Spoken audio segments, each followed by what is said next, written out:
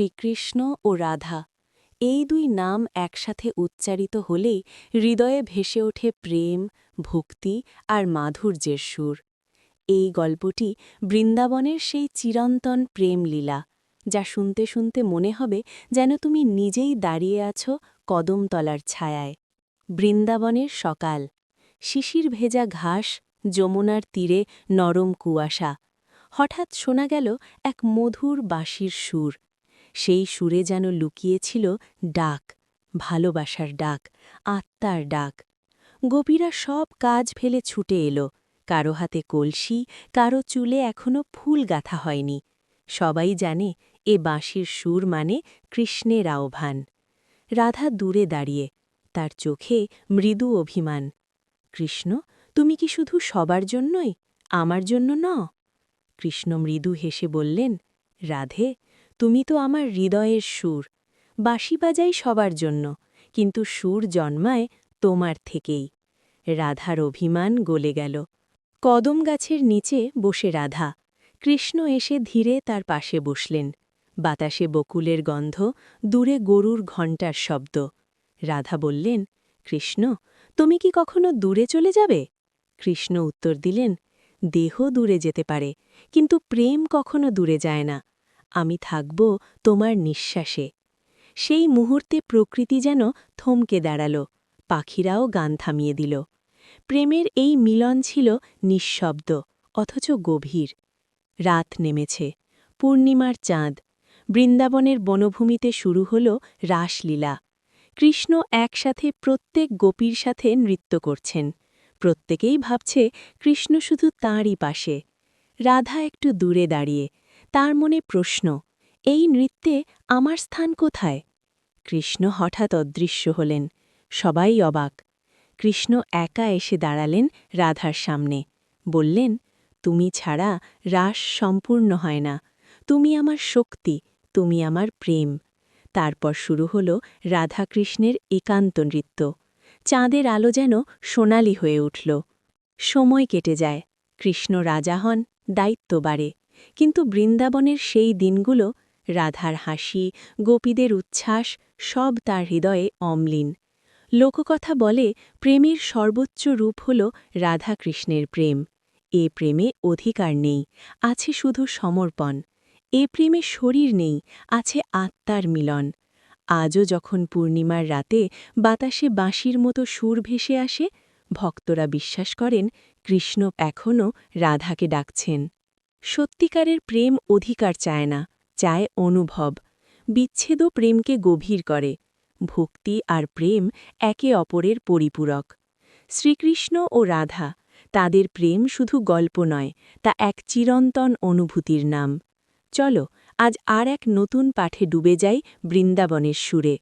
বর্ষাকাল, বৃন্দাবনে ঝুলন উৎসবের আনন্দ।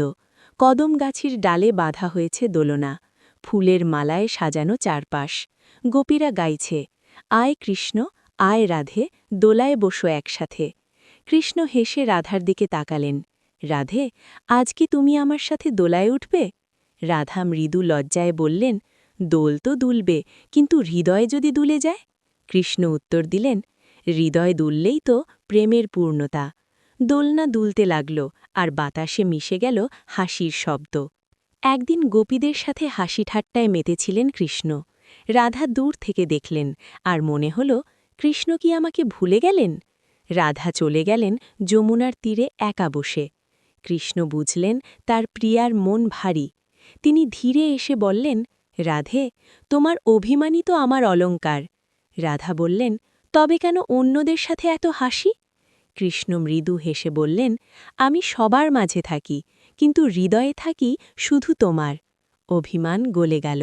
যমুনার ঢেরো যেন তালে তালে নেচে উঠল। পূর্ণিমার চাঁদ আকাশ ভরিয়ে দিয়েছে। বৃন্দাবনের বনভূমিতে আবার রাসের আয়োজন। কৃষ্ণ বাঁশি বাজালেন। সেই সুরে যেন সময় থমকে গেল। রাধা ধীরে এলো, চোখে অশ্রু, তবু মুখে হাসি। কৃষ্ণ বললেন, আজকের নৃত্য হবে শুধু প্রেমের জন্য, কোনো ভয় বা দ্বিধা ছাড়া।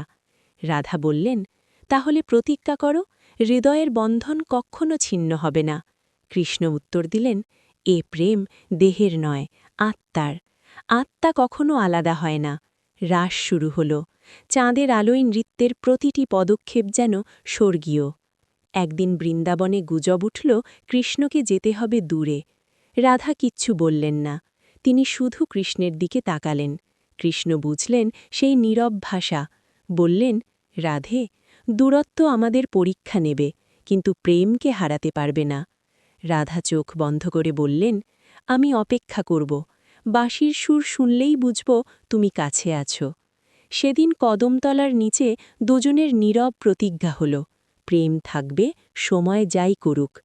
রাধাকৃষ্ণের প্রেম আমাদের শেখায়, প্রেম মানে অধিকার নয়, বিশ্বাস। মান অভিমান প্রেমকে গভীর করে। সত্যিকারের ভালোবাসা আত্মার সাথে যুক্ত। আজও যখন কারো হৃদয়ে নিঃস্বার্থ ভালোবাসা জাগে, তখন মনে হয় বৃন্দাবনের সেই বাঁশি আবার বাজছে। দোলন দুলতে দুলতে রাধা মৃদু বললেন, কৃষ্ণ, তুমি কি প্রতিদিন এমনভাবে আমাদের মিলনের আনন্দ দেবে? কৃষ্ণ মৃদু হেসে বললেন, যতদিন যমুনা বয়ে চলবে, ততদিন প্রেমের স্বর্ণ এসেই যাবে। তারপর দুজনের হাসির শব্দে বৃন্দাবন যেন আরও মধুরে ভরে উঠল। ভোরের আলো ফুটেছে, যমুনার জলে সোনালি আভা। রাধা একা বসে আছেন তীরে, বাতাসে কদম ফুলের গন্ধ। হঠাৎ দূর থেকে ভেসে এলো বাঁশির সুর। রাধার হৃদয়ে কেঁপে উঠল। এ সুর আমি চিনি। কৃষ্ণ ধীরে ধীরে এগিয়ে এলেন, চোখে দুষ্টু হাসি, হাতে বাঁশি। রাধা বললেন, তুমি কি কখনো ক্লান্ত হও না আমার জন্য অপেক্ষা করাতে? কৃষ্ণ মৃদুস্বরে বললেন, অপেক্ষাই তো প্রেমকে মধুর করে তোলে রাধে। বসন্ত এসেছে বৃন্দাবনে, চারিদিকে ফুলের রং। গোপীরা আবির নিয়ে ছুটছে। কৃষ্ণ হঠাৎ এসে রাধার গালে আলতো করে রং লাগালেন। রাধা অবাক, এই দুষ্টুমি কেন? কৃষ্ণ হাসলেন, রাধে, তোমার গালে রং না লাগালে বসন্ত পূর্ণ হয় না। রাধাও এবার কৃষ্ণের কপালে রং দিলেন। চারিদিকে হাসির ঢেউ ছড়িয়ে পড়ল। সেই রং ছিল শুধু আবির নয়, ছিল বিশ্বাসের রং, অনুভূতির রং। একদিন কৃষ্ণ গোপীদের সাথে বেশি সময় কাটালেন। রাধা অভিমান করে কদমতলার নিচে বসে রইলেন। কৃষ্ণ এসে চুপচাপ পাশে বসলেন, কিচ্ছু বললেন না। রাধা বললেন, তোমার নীরবতা কি ক্ষমা চাইছে? কৃষ্ণ বললেন, আমার নীরবতা বলছে তুমি আমার হৃদয়ের সবচেয়ে কাছে। রাধার চোখে জল এলো। কৃষ্ণ তার চোখের জল মুছে দিয়ে বললেন, তোমার অভিমানই তো আমার প্রেমের গভীরতা। পূর্ণিমার রাত, চাঁদের আলোয় বনভূমি ঝলমাল করছে। কৃষ্ণ বাঁশি বাজালেন। সেই সুরে যেন সময় থমকে গেল। রাধা ধীরে এলো, চোখে অশ্রু, তবু মুখে হাসি। কৃষ্ণ বললেন, আজকের নৃত্য হবে শুধু প্রেমের জন্য, কোনো ভয় বা দ্বিধা ছাড়া। রাধা বললেন, তাহলে প্রতিজ্ঞা করো, হৃদয়ের বন্ধন কখনো ছিন্ন হবে না। কৃষ্ণ উত্তর দিলেন, এই প্রেম দেহের নয়, আত্মার।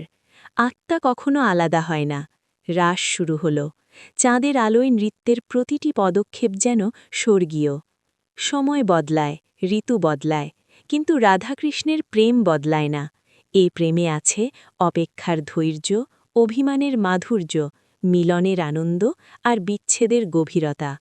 আজও যখন কারো হৃদয়ে নিঃস্বার্থ ভালোবাসা জাগে, তখন মনে হয় বৃন্দাবনের সেই বাঁশি আবার বাজছে। প্রেম থাকলেই তো তুমি থাকবে।